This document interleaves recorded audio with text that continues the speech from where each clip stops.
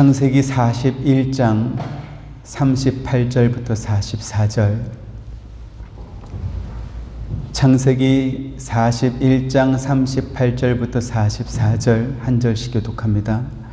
바로가 그의 신하들에게 이르되 이와 같이 하나님의 영에 감동된 사람을 우리가 어찌 찾을 수 있으리요 하고 요셉에게 이르되 하나님이 이 모든 것을 내게 보이셨으니 너와 같이 명철하고 지혜 있는 자가 없도다. 너는 내 집을 다스리라. 내 백성이 다 내 명령에 복종하리니 내가 너보다 높은 것은 내 왕좌뿐이니라. 바로가 그 요셉에게 이르되 내가 너를 애굽 온 땅의 총리가 되게 하라 하고 자기의 인장 반지를 빼어 요셉의 손에 끼우고 그에게 세마포 옷을 입히고 금 사슬을 목에 걸고 자기에게 있는 버금수레에 그를 들어매 무리가 그의 앞에서 소리 지르기를 엎드리라 하더라. 바로가 그에게 애굽 전국을 총리로 다스리게 할지라. 같이 바로가 요셉에게 이르되 나는 바로라. 애굽 온 땅에서 내 허락이 없이는 수족을 놀릴 자가 없으리라 하고. 아멘. 오늘 본문 1절부터 7절에 보면 애굽 왕 바로가 너무나 불길하지만 그러나 너무나 선명한 한 꿈을 꾸게 됩니다. 꿈에서 깬 바로는 그 꿈이 애굽의 운명을 알려주는 신의 계시다 이렇게 생각했습니다. 그래서 애굽의 모든 점술가와 박사들을 불러서 자기가 꾼 꿈을 해석해보라 이렇게 명령합니다. 하지만 그 어떤 사람도 바로 왕이 꾼 그 꿈을 해석할 수가 없었습니다. 왜냐하면 바로 왕이 짐작했던 것처럼 그가 꾼 꿈은 하나님께서 그에게 계시로 알려주신 꿈이었기 때문에 그렇습니다. 따라서 애굽의 점술가나 박사들은 하나님의 뜻을 알 방법이 없었던 것이지요. 사태가 이렇게 돌아가자 바로 왕이 꾼 꿈은 애굽의 왕실뿐만 아니라 애굽의 각종 정책과 현안들을 결정하는 모든 관리들과 정치인들에게 매우 중요한 사건이 되고 말았습니다. 이처럼 모든 사람이 바로 왕이 꾼 꿈에 대해서 고민하고 있을 때 왕이 마시는 술을 맡은 신하가 2년 전에 자기의 꿈을 해석해 준 요셉을 기억해냈습니다. 2년 전에 왕의 노염을 샀던 술을 맡았던 신하는 왕이 먹는 빵을 굽는 신하와 똑같은 죄목으로 경호대장이 관리하는 감옥에 갇혔던 적이 있었습니다. 그때 그 두 사람도 동시에 꿈을 꾸었었는데 그 꿈들 역시 하나님께서 그들에게 계시로 보여준 꿈이었습니다. 경호대장의 감옥에 갇혔던 이 두 사람은 자기들이 꾸었던 꿈이 무슨 의미인지 몰라서 고민하고 있었는데 그때 히브리에서 팔려온 한 청년이 자기들이 꾼 꿈을 해석해 주었던 것이지요. 그리고 그 청년이 해석해 준 대로 술을 맡았던 신하는 사흘 만에 원래의 자리로 복직하게 되었고 빵을 굽던 신하는 사흘 뒤에 처형이 되고 말았습니다. 그때 일을 기억한 이 신하가 자기가 경험한 일을 왕에게 알렸고 왕은 경호대장의 감옥에 갇혀있는 요셉을 자기에게 데려오라 이렇게 명령하게 되었습니다. 요셉이 몇 살 때 경호대장의 감옥에 갇혔는지 정확한 시기는 알 수가 없습니다. 성경에 기록하지 않았기 때문입니다. 하지만 오늘 본문을 근거로 보면 왕의 술을 맡은 신하와 또 빵을 굽던 신하의 꿈을 해몽해 준 이후로도 적어도 2년 이상은 여전히 그 감옥 안에 갇혀 있었다라는 것을 우리가 확인할 수 있습니다. 요셉이 감옥에 갇히기 전에 신부는 그 어떤 조건을 다 뒤져봐도 애굽 왕 앞에 불려올 만한 그러한 사람이 아닙니다. 비록 왕의 노여움을 사서 경호대장이 관리하는 그 감옥에 갇히긴 했었지만 나중에 오해가 풀려서 사면 복권된 이 술 맡은 신하의 신분과는 전혀 다르다라는 것이죠. 요셉은 어떤 사람이었습니까? 보디발이 노예 시장에서 돈을 주고 사온 히브리 출신의 종에 불과했고 그나마도 종 주제에 주인의 부인을 겁탈하려고 했던 파렴치범이었습니다. 사실이 아니라 할지라도 감옥에 갇히게 되었던 죄목은 그랬다라는 것이죠. 그런데 그러한 요셉이 애굽의 왕실과 모든 신하와 또 애굽의 모든 지혜로운 자들이 풀지 못했던 문제를 해결하기 위해서 지금 왕의 부름을 받아 왕 앞에 나오게 된 것입니다. 우리가 하나님의 일을 하면서 또는 하나님께서 우리에게 허락해 주신 비전을 따라가면서 반드시 기억해야 할 일이 바로 이 부분입니다. 우리가 아무런 사심 없이 하나님의 일을 열심히만 하면 또는 하나님께서 우리에게 보여주시고 지시하신 대로 그 뜻을 따라 잘 순종하면 모든 일이 잘 순조롭게 해결될 것이다, 이렇게 기대하곤 합니다. 물론 하나님께서는 우리의 믿음과 순종을 기뻐하셔서 우리를 도우시고 우리와 함께 하실 것입니다. 하지만 오늘 본문의 요셉을 통해서 우리가 확인하는 것처럼 철없는 소년 때 하나님께서 그에게 보여주셨던 꿈이 그가 30세가 된 이후에야 이루어지기도 하더라는 것을 우리가 보게 되는 것이지요. 그것도 순조롭고 무난하게 요셉이 17살 때 하나님의 꿈을 꾸고 그래서 학교에서 열심히 공부도 하고 집에서 부모님께 효도도 하면서 그렇게 평탄하게 이루어지는 것이 아니라 죽을 고비를 넘기고 노예로 팔리게 되고 또 누명을 쓰고 감옥에 갇혀서 살았던 그 고통의 시간이 무려 13년이나 되는 것입니다. 이것은 요셉이 자기 형들에게 자기가 꾸었던 꿈 이야기를 할 때는 전혀 생각하지 못했던 또 기대하지 않았던 그러한 사건들일 것입니다. 요셉이 자기 형들에게 자기가 꾼 꿈 이야기를 한 것 때문에 형들로부터 미움을 사서 그래서 형들이 자기를 죽이려고 하고 그리고 돈을 받고 노예 상인들에게 팔 것을 알았더라면 그 꿈 이야기를 했겠습니까? 아마 입을 다물고 말하지 않았을 것입니다.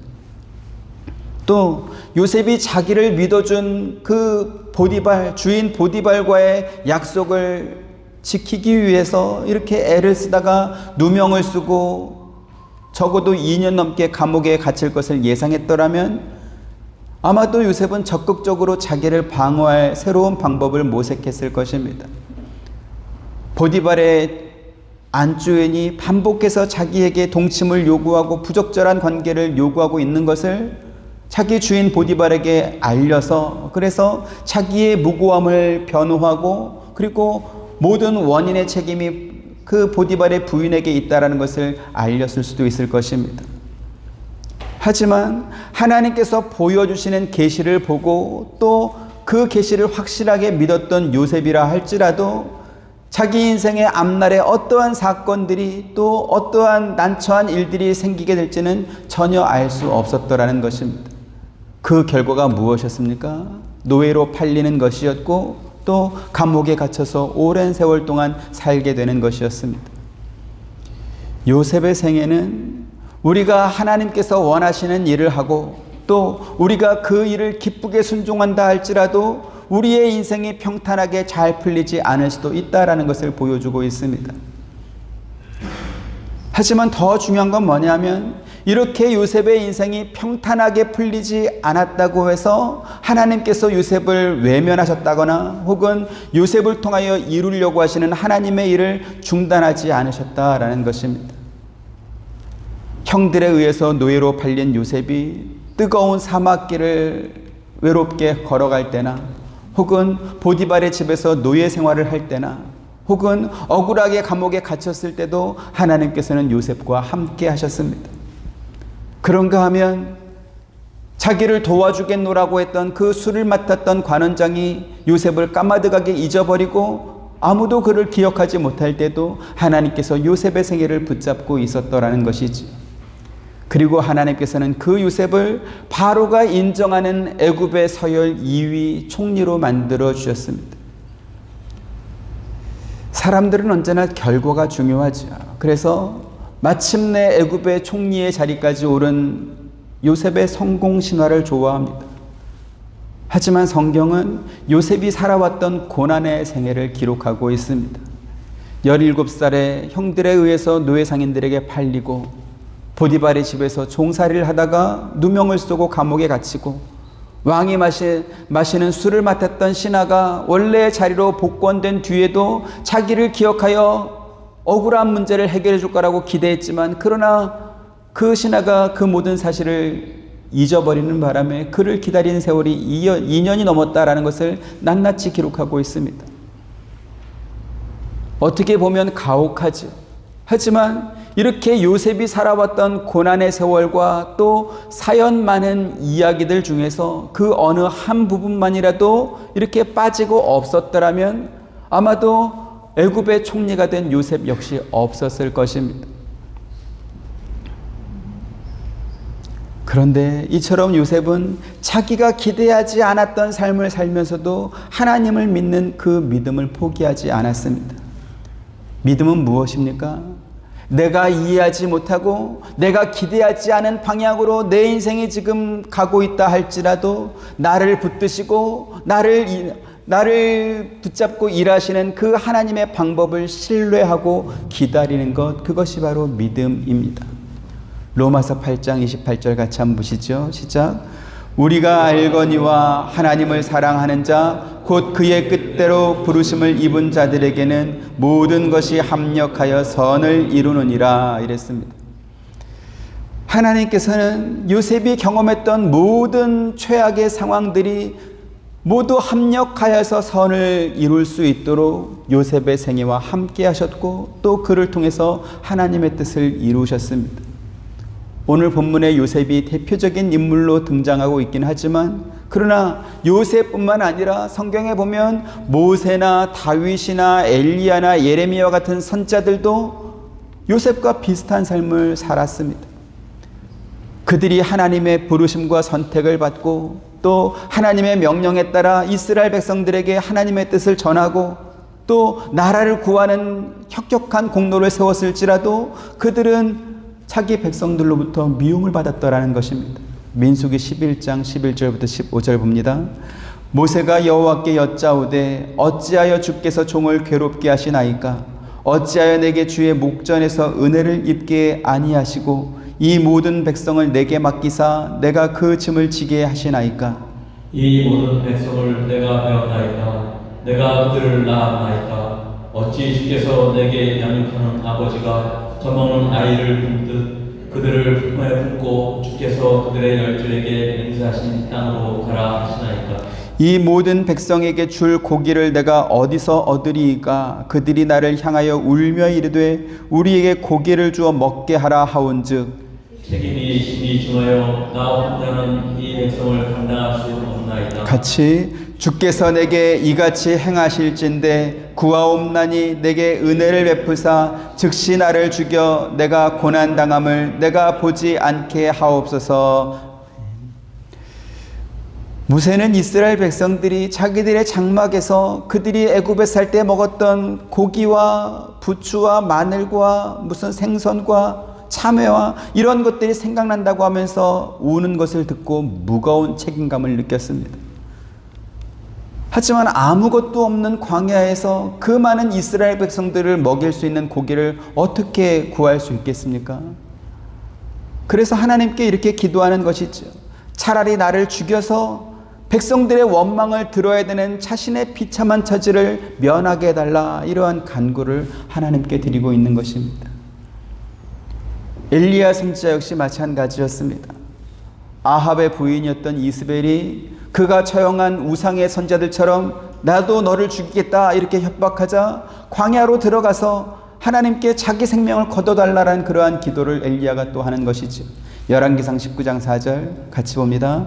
자기 자신은 광야로 들어가 하룻길쯤 가서 한 로뎀나무 아래에 앉아서 자기가 죽기를 원하여 이르되 여호와여 넉넉하오니 지금 내 생명을 거두시옵소서. 나는 내 조상들보다 낫지 못하니이다 하고 이랬습니다. 예레미야 선자 역시 선자로 살아가는 자신의 생일까지 저주하면서 왜 내가 태어나서 이러한 고생과 슬픔을 경험해야 되는지 탄식할 만큼 힘든 세월을 보냈습니다. 그런가 하면 다윗 왕은 자기를 죽이려고 하는 사울 왕을 피해서 블레셋 땅으로 도망을 갑니다. 블레셋은 어떤 곳입니까? 자기가 죽였던 골리앗 장수가 있었던 그곳입니다. 사울 왕을 피해서 더 무서운 블레셋 나라로 들어갔는데 그 나라 왕이 그 사실을 안 거죠. 그러자 다윗이 그 블레셋 왕 앞에서 이렇게 침을 질질 흘려가면서 벽에다가 몸을 막 이렇게 그적대면서 미친 척을 하는 것입니다. 그러면서 자기 목숨을 건집니다. 사무엘상 21장 12절부터 15절. 다윗이 이 말을 그의 마음에 두고 가드 왕 아기스를 심히 두려워하여 그들 앞에서 그의 행동을 변하여 미친 채 하고 내 문짝에도 그적거리며 침을 수염에 흘리네. 아기스가 그의 신하에게 이르되 너희도 보거니와 이 사람이 미치광이로다. 어찌하여 그를 내게로 데려왔느냐? 내게 미친왕인가 부족하여서 너희가 이자를 데려다가 내 앞에서 미친 짓을 하게 하느냐? 이자가 어찌 내 집에 들어오겠느냐 하니라. 네. 앞서 우리가 읽었던 로마서 8장에서 하나님을 사랑하는 자, 곧 그의 뜻대로 부르심을 입은 자들에게는 모든 것이 합력하여 선을 이루느니라 이렇게 말씀했습니다. 하지만 하나님께서 그의 뜻대로 부르시는 자에게 선을 이루어 가시는 과정에는 우리가 기대하는 것만큼 복되고 형통한 일만 생기지 않을 수 있다라는 것을 성경은 분명하게 보여주고 있는 것입니다. 우리가 지금 읽은 성경에서 확인하는 것처럼 자기의 생일을 저주하거나 하나님께서 내 생명을 거두어 달라라고 부탁할 만큼 그렇게 힘들고 고달픈 상황을 견뎌야 할 수도 있다라는 것이죠. 하지만 그럼에도 불구하고 그 모든 성경의 사람들이 그들이 하나님께 기도하고 부탁했던 것처럼 그들의 삶이 멈춰지거나 중단되지 않았던 이유는 무엇입니까? 하나님께서 그들과 함께 하셨더라는 것입니다. 우리가 읽은 성경의 사람들뿐만 아니라 저와 여러분들도 또 우리뿐만 아니라 교회 밖에 있는 많은 사람들도 저마다 살아온 자기의 인생 이야기들이 많이 있을 것입니다. 그리고 그 많은 인생 이야기들 속에서 사람들이 가장 많이 하는 이야기는 무엇일까요? 아마도 살면서 아프고 힘들었던 이야기, 또 고생하면서도 버텨냈던 그러한 이야기들일 것입니다. 그런데 하나님을 믿는 사람과 믿지 않는 사람들은 그 이야기의 마지막 결론이 서로 다릅니다. 하나님을 믿는 사람들은 어떻습니까? 그 힘들었던 인생의 여정에 하나님께서 함께 하시고 도와주셔서 오늘에 이를 수 있었다라고 하면서 모든 감사와 영광을 하나님께 올려드립니다. 감사와 영광을 하나님께 올려드린다라고 하는 의미는 힘들었던 과거를 추억하면서 이야기할 수 있을 만큼 지금은 내 형편이 분명히 괜찮아지고 나아졌지만 그러나 그 모든 공로가 자기에게 없다라는 것을 인정하는 것이 감사와 찬송으로 영광으로 나타나는 것입니다. 하지만 하나님을 믿지 않는 사람들은 그렇지 않습니다. 힘들었던 시절을 오로지 악과 깡으로 버티면서 현재의 성공을 이루어냈기 때문에 자기만의 성공 공식이 있고 또 그 성공 공식을 사람들 앞에 자랑합니다. 그렇다 보니까 자기만큼 근면성실하지 않고 근검절약하지 않는 사람들을 인정하려고 하지 않습니다. 그리고 힘들다고 하는 사람들에게 너는 의지가 빈약한 거다, 너는 씀씀이가 해퍼서 그런다 라고 하면서 그들의 부족함을 지적합니다.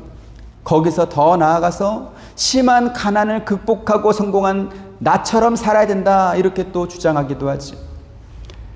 만약에 요셉이 하나님을 믿지 않는 사람이었다면 아마도 요셉도 자기가 애굽의 총리까지 오를 수 있었던 100만 가지의 이유를 대면서 자기가 성공하게 된 그 방법들을 자랑했을 것입니다. 그러나 요셉은 하나님께서 바로에게 보여주신 그 계시의 뜻을 자기 말이 아니라 하나님의 말씀으로 온전히 전달하고 있습니다. 25절 같이 읽습니다. 요셉이 바로에게 아뢰되 바로의 꿈은 하나라 하나님이 그가 하실 일을 바로에게 보이심이니이다. 28절 내가 바로에게 이르기를 하나님이 그가 하실 일을 바로에게 보이신다 함이 이것이라. 32절 바로에게 꿈을 두 번 겹쳐 꾸신 것은 하나님이 이 일을 정하셨음이라 하나님이 속히 행하시리니 이랬습니다.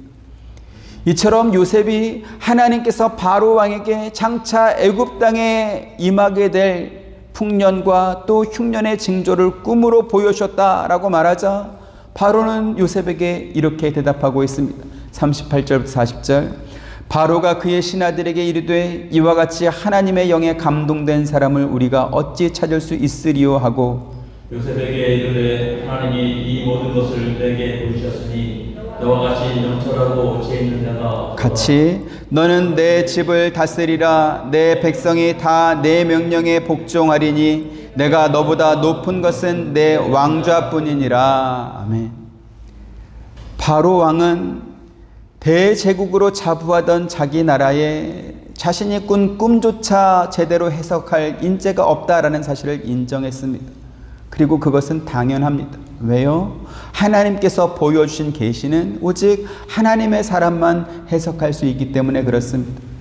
그래서 바로는 이와 같이 하나님의 영에 감동된 사람을 우리가 어찌 찾을 수 있으리요? 라고 하면서 하나님의 영에 감동된 요셉을 애굽의 제2인자 총리로 세우고 있습니다. 이처럼 요셉은 하나님의 영에 감동된 사람이기도 했지만 그러나 또 왕의 물음에 지혜롭게 대답을 잘할 만큼 겸손한 사람이기도 했습니다. 만약에 요셉이 하나님께서 꿈을 통해서 바로에게 계시로 보여준 이 뜻을 마치 무당이나 점술가나 점치는 사람들이 해석해 주는 것처럼 자신의 말로 대답해 주었다면 어떤 일이 벌어졌을까요? 아마도 애굽 전역에서 불려온 수많은 점술가나 박사들이 저마다 이런 것이 아닐까요? 저런 것이 아닐까요? 라고 왕에게 대답했던 그 해석 중에 하나로 여겨졌을 것이고 그리고 요셉은 다시 자기가 원래 있던 감옥으로 돌아갔을 것입니다. 하지만 요셉은 그렇게 하지 않았습니다. 하나님이 그가 하실 일을 바로에게 보이십니다. 이렇게 대답하면서 하나님께서 이 일을 정하셨으니 하나님께서 속히 행하실 것이다. 이렇게 말하는 것이죠.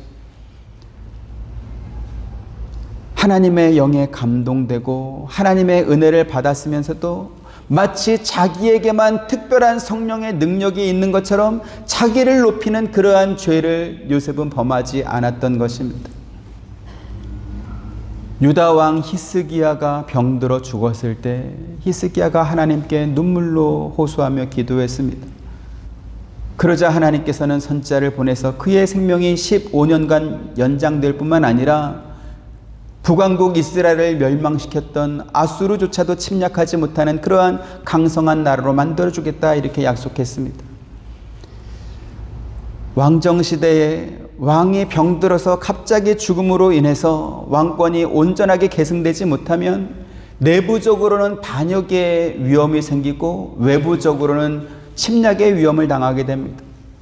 그런데 히스기야가 중병이 들어서 갑자기 죽게 되었으니까 그 나라가 얼마나 위험했겠습니까?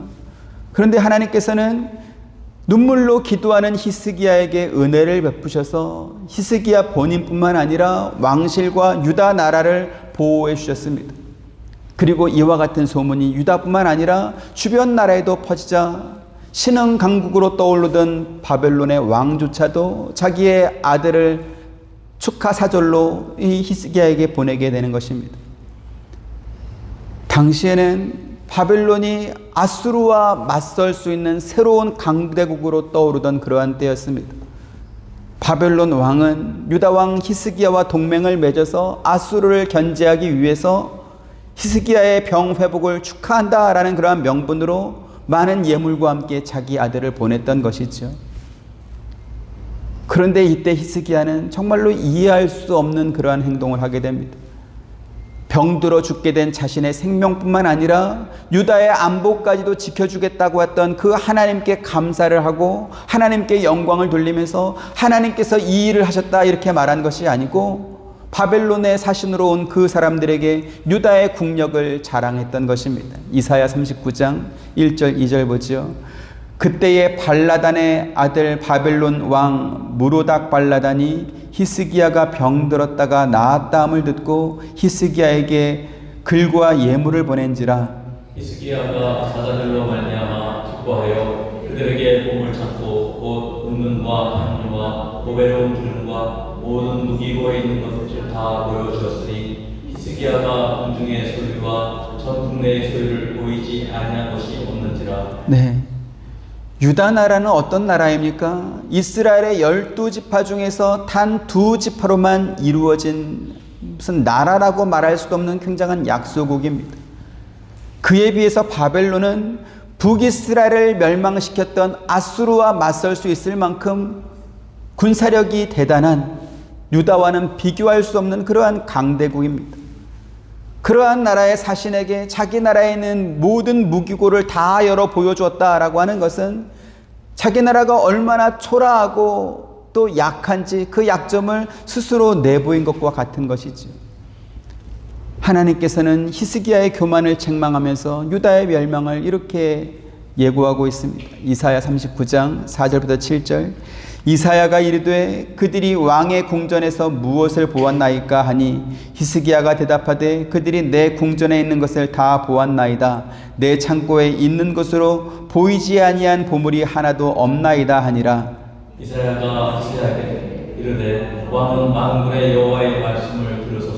보라, 날이 이르리니 내 집에 있는 모든 소유와 내 조상들이 오늘까지 쌓아둔 것이 모두 바벨론으로 옮김바되고 남을 것이 없으리라. 여호와의 말이니라. 또 내게서 태어날 자손 중에서 몇이 사로잡혀 바벨론 왕궁의 환관이 되리라 하셨나이다 하니. 네, 너무나 무서운 경고 아닙니까? 그런데 정말 희한한 것은 이와 같은 경고를 듣고도 히스기야가 전혀 회개하지 않은 것입니다. 오히려 자기가 살아있는 동안은 평안과 견고함이 있을 것이다 라고 하면서 자기가 죽은 이후에 자기 자식이나 혹은 자기 나라가 어떻게 되든 상관없다라는 이러한 태도를 보이고 있습니다.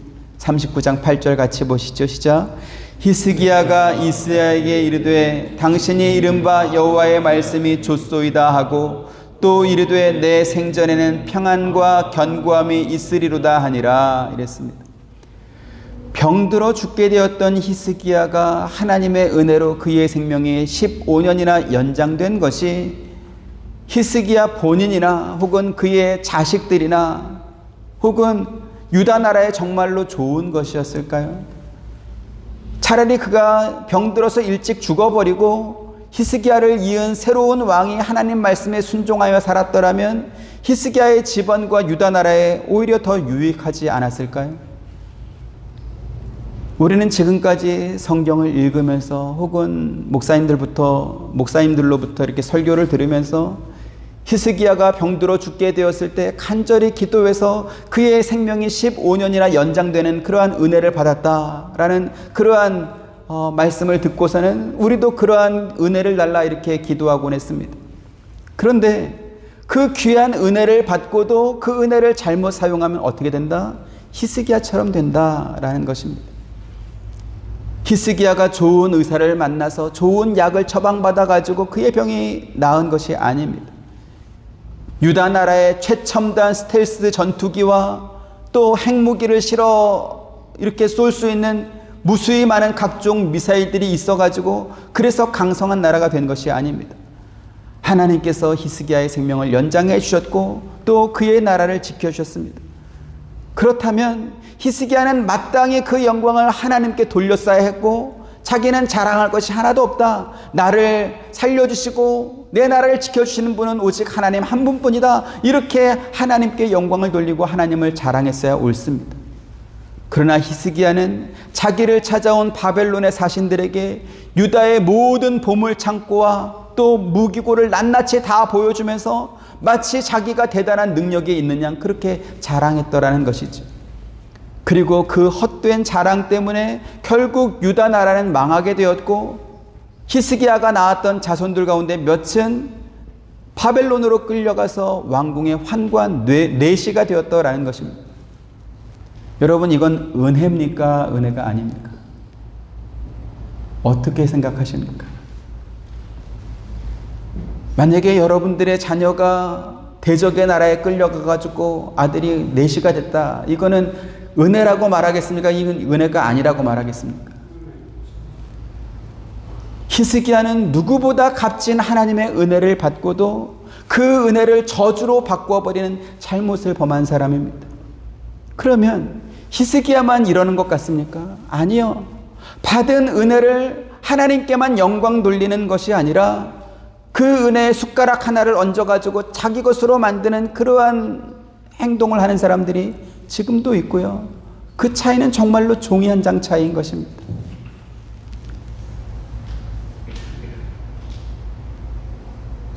차를 타고 가다가 이렇게 기독교 복음 방송을 듣다 보면 각종 이렇게 간증하는 분들의 간증을 듣게 됩니다. 그분뿐만 아니라 각종 교회마다 간증 집회하는 그러한 사람들이 참 많습니다. 하나님의 은혜를 받은 사람들이 얼마나 많은지 모릅니다. 그런데 희한한 것은 그 간증들을 듣다 보면 그 말이 하나님의 은혜를 받았다라는 말인지, 아니면 자기는 그러한 은혜를 받을 만한 사람이다 라고 말하는 것인지, 아니면 하나님께 은혜를 받는 방법을 소개하는 것인지 분간이 어려울 만큼 그렇게 애매한 그러한 말들을 많이 합니다. 그러면서 마지막에는 여러분도 그러한 은혜를 받기를 소원합니다. 다 같이 통성으로 기도합시다. 주여 삼창하고 막 통성으로 막 기도합니다. 그 사람이 거기에 서 있는 이유가 뭡니까? 그분이 그와 같은 간증을 하는 이유는 뭡니까? 예전에 하나님을 잘 몰라서 자기 마음대로 살고 마치 탕자처럼 살다가 이제 하나님께 돌아와서 회복되었다. 그래서 하나님께서 나에게 주시는 그러한 회복의 은혜를 받았다라는 그런 것 아니겠습니까? 그런데 그러한 분들이 여러분도 그러한 은혜를 받기를 바랍니다. 그러면서 막 통성으로 기도하자라고 하면 그 기도는 따라 해야 되는 기도입니까? 따라하면 안 되는 기도입니까? 어떤 것 같아요? 여러분도 그럼 그렇게 탕자처럼 됐다가 다시 돌아오고 싶습니까? 그런 기도는 따라하는 기도가 아닙니다. 혀를 끌끌 찰 기도겠죠. 참 힘들게 살았다 할 기도죠. 근데 이러한 은혜를 받기를 원합니다. 그러면 뭔지도 모르고 그냥 막 기도만 열심히 막 하죠. 바울은 로마서 6장에서 이렇게 말합니다. 은혜를 더하게 하려고 죄에 거하겠느냐? 그럴 수 없느니라 이랬습니다. 아무 기도나 막 따라하면 다 하나님께서 받으시는 기도가 되는 것이 아니라는 것이죠. 차라리 히스기야가 그 생명이 15년 연장되지 않았더라면 오히려 히스기야의 가족, 그가 낳은 자녀들과 유다 나라에 더 유익할 수도 있지 않았겠습니까? 근데 그 큰 은혜를, 그 좋은 은혜를 받고도 망령되고 헛된 자랑을 함으로 말미암아 자기 아들들 가운데 몇 명은 대적의 나라 바벨론에 끌려가서 내시가 돼버리고 유다 나라는 결국 멸망하게 되는 그러한 일들을 당하게 되는 것이지요. 이에 비해서 하나님의 영에 감동된 요셉은 하나님께서 바로 왕에게 전하라고 하는 하나님의 말씀을 하나님의 뜻대로, 하나님의 방법대로 잘 전달했습니다. 하나님이 그가 하실 일을 바로에게 보이셨습니다. 요셉이 한 이 말 가운데 자기 공로라고 숟가락 하나 얹을 만한 그런 공간이 있습니까? 그런 것 없습니다. 하나님께서 하실 일을 바로에게 직접 보여주셨고 하나님께서 보여주신 대로 하나님께서 그 일을 행하실 것입니다. 애굽의 그 어떤 사람들도 하나님께서 바로에게 계시로 보여준 그 내용을 해석하지 못하기 때문에 노예로 팔려와가지고 그것도 감옥에 갇혀있는 그 요셉을 불러서 해석하도록 한 것 아니겠습니까? 그래서 요셉은 자기가 누구인지 정확하게 알았습니다. 그리고 자기를 통해서 바로가 꾼 꿈을 해석하도록 하나님이 어떠한 분인지 그가 알았기 때문에 하나님의 뜻을 하나님의 방법으로 잘 전달했던 것이지. 사람들이 신앙생활을 하면서 이단이나 신비주의에 빠지는 이유가 무엇입니까? 자기가 누군지 제대로 알지 못하기 때문에 그렇습니다. 또 자기에게 은혜를 주신 하나님이 누구신지 몰라서 신비주의에 빠지고 이단에 빠지는 것입니다. 하나님께서 은사와 선물로 준 그것을 받으면 너무나 좋지 않겠습니까? 그런데 아주 작은 은사라도 하나 주면 마치 자기가 무슨 신령한 존재나 되는 것처럼 그것 하나 가지고 잘난 척하고 마치 자기가 하나님을 대신할 수 있는 사람처럼 그렇게 여기는 것이지. 심지어 어떤 사역자들은 자기가 기도하고 안수하면 당신도 성령 받을 수 있다. 내가 입바람만 불면 당신 성령 받는다. 심지어 허공에다가 대고 손가락질만 이렇게 해도 그 대상이 되는 사람들에게 성령이 임한다. 이렇게 또 가르치곤 합니다. 여러분, 성령은 하나님이십니다. 그런데 피조물인 인간이 그 성령 하나님께 오라면 오고 가라면 가라, 말이 됩니까? 안 됩니까? 성경은 온갖 좋은 은사가 위에 계신 아버지로부터 받은 선물이다, 이렇게 말씀합니다. 야고보서 1장 17절 같이 봅니다. 시작. 온갖 좋은 은사와 온전한 선물이 다 위로부터 빛들의 아버지께로부터 내려오나니 그는 변함도 없으시고 회전하는 그림자도 없으시니라. 이 선물은 하나님께서 원하시는 사람에게 하나님께서 주시는 것입니다. 사도행전 11장 17절도 봅니다. 그런즉 하나님이 우리가 주 예수 그리스도를 믿을 때에 주신 것과 같은 선물을 그들에게도 주셨으니 내가 누구이기에 하나님을 능히 막겠느냐 하더라. 지금 이 말씀은 베드로가 이방인 백부장 고넬료의 집에 갔을 때 아직 그가 고넬료에게 복음을 전하기도 전에 하나님께서 이미 그들에게 선물로 은사를 주셨다라는 것을 설명하는 그러한 내용입니다. 베드로가 고넬료와 그의 집안 사람들에게 안수하니까 성령이 임한 것이 아니고 그가 가보니까 이미 그들 가운데 성령이 임했더라는 것이지. 그 선물 안에는 구원의 은혜뿐만 아니라 그리스도께서 자기 피로 세우신 교회를 세우는 일에 필요한 모든 종류의 은사가 다 포함되는 것입니다. 에베소 4장 7절 8절 우리 각 사람에게 그리스도의 선물의 분량대로 은혜를 주셨나니 그러므로 이르기를 그가 위로 올라가실 때에 사로잡혔던 자들을 사로잡으시고 사람들에게 선물을 주셨다 하였도다. 네, 그리스도께서 승천하실 때 구원할 그 자들에게 선물로 은사를 주셨습니다. 그리고 우리 각 사람에게 그 선물의 분량대로 은혜를 주십니다. 4장 11절부터 13절도 봅니다. 그가 어떤 사람은 사도로, 어떤 사람은 선지자로, 어떤 사람은 복음 전하는 자로, 어떤 사람은 목사와 교사로 삼으셨으니 이는 성도를 온전하게 하여 봉사일을 하게 하며 그리스도의 몸을 세우려 하시니라. 같이 우리가 다 하나님의 아들을 믿는 것과 아는 일에 하나가 되어 온전한 사람을 이루어 그리스도의 장성한 분량이 충만한 데까지 이르리니 이랬습니다. 하나님께서 믿는 자들에게 각자의 분량을 따라 선물의 은사를 주신 이유가 뭐라고 합니까? 우리가 하나님의 아들을 믿고 아는 일에 하나가 되어서 자라고 성장하도록 하기 위해서 이와 같은 은사를 주는 것입니다. 그런데 이와 같은 선물을 받은 자가 그 선물을 주신 하나님을 오라 하고 가라 하고 마치 자기가 창조주냐 된 양 입김을 후후 불어대고 심지어 손으로 막 던지고 그러면 되겠습니까? 그런데 희한하게도 사람들은 하나님의 은사를 망령된 것으로 받은 사람들에게 그러한 꾀에 또 넘어가고 있습니다. 왜 그럴까요? 그 사람에게도 그러한 허영심과 교만과 자랑이 있기 때문에 그렇게 넘어가는 것입니다. 피조물인 인간이 어떻게 성령 하나님을 오라 가라 그렇게 할 수 있겠습니까?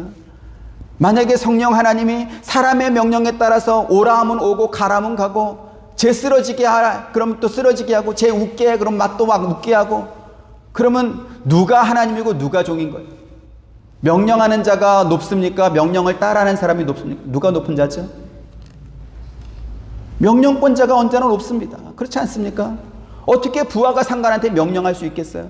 근데 사람이 이렇게 하면 성령이 가고 이렇게 하면 또 저렇게 가고 후 불면 쓰러져 가지고 막 흔들고 막 웃고 여러분 사람을 웃기는 게 직업인 개그맨들도 그 앞에 가서 나 한번 웃겨봐 그러면 그 사람이 좋아할까요?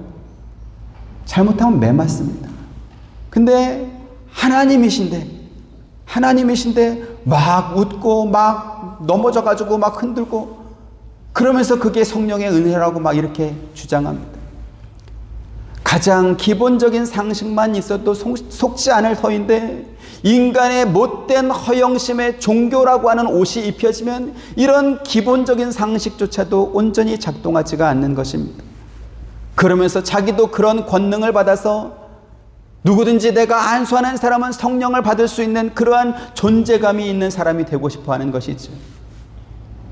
이러한 내용이 성경에도 똑같이 기록되어 있습니다. 사도행전 8장 18절 19절 시몬이 사도들의 안수로 성령 받는 것을 보고 돈을 들여 이르되 이 권능을 내게도 주어 누구든지 내가 안수하는 사람 네, 마술사 시몬이 베드로에게 나도 그런 능력을 줘서 누구든지 내가 안수하면 그도 성령 받게 해달라고 말했더니 베드로가 뭐라고 그랬게요? 내 돈과 함께 네가 망할지어다 그러면서 저주를 퍼부었습니다. 오늘 설교 제목이 하나님이 이 모든 것을 내게 보이셨음니입니다. 이 말은 요셉이 자기를 자랑하면서 했던 말이 아니고요, 바로 왕이 요셉에게 한 말입니다. 우리가 성령을 받고 성령 충만한 사람이 되었다라고 하는 그러한 증거는 손바닥에서 장풍이 나와서 사람들을 막 쓰러뜨리고 얼굴에 입김만 불어도 그가 막 이렇게 방언을 막 하게 되고 뒤로 자빠지고 그렇게 돼서 증명되는 것이 아닙니다. 마술사 시몬처럼 아무것도 모르는 사람이라 할지라도 자기가 머리에 안수만 내면 이렇게 성령을 받아가지고 방언도 하고 예언하는 사람이 되고 그래서 성령 충만한 사람이 되는 것이 아닙니다. 성령 충만한 사람이 되면 어떤 일이 벌어지는가? 사도행전 4장 31절 같이 봅니다. 시작. 빌기를 다음에 모인 곳이 진동하더니 무리가 다 성령이 충만하여 담대히 하나님의 말씀을 전하니라. 지금 이 말씀은 오순절 마가의 다락방에 모였던 그 모든 사람들에게 성령이 임했고 그 성령이 충만히 임한 사람들이 어떠한 일을 했는지를 보여주는 최초의 기록입니다. 오순절 다락방에 모였던 사람들에게 성령이 충만하게 임하니까 어떤 일이 생겼다고 말합니까? 담대히 하나님의 말씀을 전하니라. 하나님의 말씀을 전했다라고 말하고 있지 않습니까? 하나님의 영에 감동된 요셉이 바로 왕에게 무슨 일을 했습니까? 하나님의 말씀을 전했습니다. 성령이 충만하게 임한 사람은 무엇을 합니까? 하나님의 말씀을 전한다라는 것이죠. 그 말씀을 전할 때 자기를 드러냅니까? 드러내지 않습니까? 자기를 드러내지 않습니다. 또 하나님의 말씀을 전한다고 해서 자기가 마치 신령한 사람이 그냥 그렇게 합니까? 안 합니까? 그렇게 하지 않았습니다. 저와 여러분, 우리 한빛 장로교회는 성령이 충만히 임한 교회가 되기를 주님의 이름으로 축원드립니다. 그래서 우리가 뭘 해야 됩니까? 하나님께서 우리에게 보여주시고 가르쳐준 이 성경 말씀이 온전히 선포되고 또 그 말씀이 온전히 믿어지고 그리고 그 말씀대로 이루실 하나님의 역사하심을 믿으면서 순종하며 인내하며 기다리고 참는 저와 여러분, 우리 하와이 한빛 장로교회가 되기를 주님의 이름으로 축원드립니다. 다시 말씀드리지만 하나님께서 우리를 통해서 당신의 뜻을 이루어 가실 때 우리가 원하는 방식 혹은 우리가 기대하지 않는 방향으로 일이 풀릴 수도 있을 것입니다. 요셉의 생애에서 확인하는 것처럼 고난의 시기를 통과할 수도 있을 것이고 외로움과 심한 배신감을 경험해야 되는 그러한 일들이 생길 수도 있을 것입니다. 하지만 그럴 때라도 우리는 어떻게 해야 되겠습니까? 마침내 요셉을 애굽의 총리로 만드셨던 그 하나님께서 오늘 저와 여러분에게도 모든 것이 합력하여 선을 이루어 줄 것을 우리가 온전히 믿고 기다릴 수 있어야 될 것입니다. 그리고 그것을 가리켜서 믿음이라고 하는 것입니다. 이방 사람이었던 바로 왕이 요셉을 보면서 하나님의 영에 감동되었다라고 인정했던 것처럼 우리가 하나님의 영에 감동되었다라고 하는 것은 하나님을 모르는 세상 사람들이라 할지라도 우리를 보면서 당신은 참으로 하나님의 영에 감동된 사람입니다, 이렇게 인정할 수 있어야 되는 것이죠. 그 인정은 손바닥에서 장풍이 나오는 것이 아닙니다. 방언 몇 마디 하는 것이 아닙니다. 우리가 하나님의 말씀을 따라서 온전히 살아가고 있는가? 우리의 입에서 온전히 하나님의 말씀이 증거되고 있는가? 이것에 달려있는 것이죠. 그래서 이와 같은 온전한 믿음을 갖는 저와 여러분 되시기를 주님의 이름으로 축원드립니다. 은혜로우신 아버지 하나님, 감사합니다. 요셉이 하나님의 계시의 뜻을 알고 또 그 계시의 뜻을 바로 왕에게 전달하여 그 말을 들은 바로 왕과 또 애굽의 모든 문무백관 대신들이 요셉이 하나님의 영에 감동된 사람인 것을 인정하며 그가 애굽의 총리가 되어 그 대제국을 다스릴 때라도 그의 말을 듣고 순종할 수 있었던 것은 요셉이 겸손히 하나님의 뜻에 순종했기 때문이며 또 하나님의 뜻을 따라 산 사람이었던 것을 우리에게 보여주셨습니다. 우리도 요셉과 같은 그러한 믿음을 가질 수 있도록 인도하여 주옵소서. 하나님의 은혜를 받고도 그것이 마치 자기의 신령함이 있냐, 자기의 실력이냐, 자기 것인 것처럼 사용했던 히스기야 같은 그러한 죄를 범하지 않게 하여 주옵시고, 요셉처럼 겸손하게 처음부터 끝까지 하나님의 손에 붙들려 쓰임받는 그러한 우리들이 될 수 있도록 은혜 더하여 주옵소서. 예수님의 이름으로 기도드립니다. 아멘. 지금은 우리 주 예수 그리스도의 은혜와 하나님의 크신 사랑과 보혜사 성령님의 감화감동 교통하심이 주의 말씀을 듣고 순종하며 나아가는 사랑하는 모든 성도님들의 머리 위와 가정과 생업과 하시는 모든 일들 가운데 지금부터 영원토록 함께 있기를 축원하옵나이다. 아멘.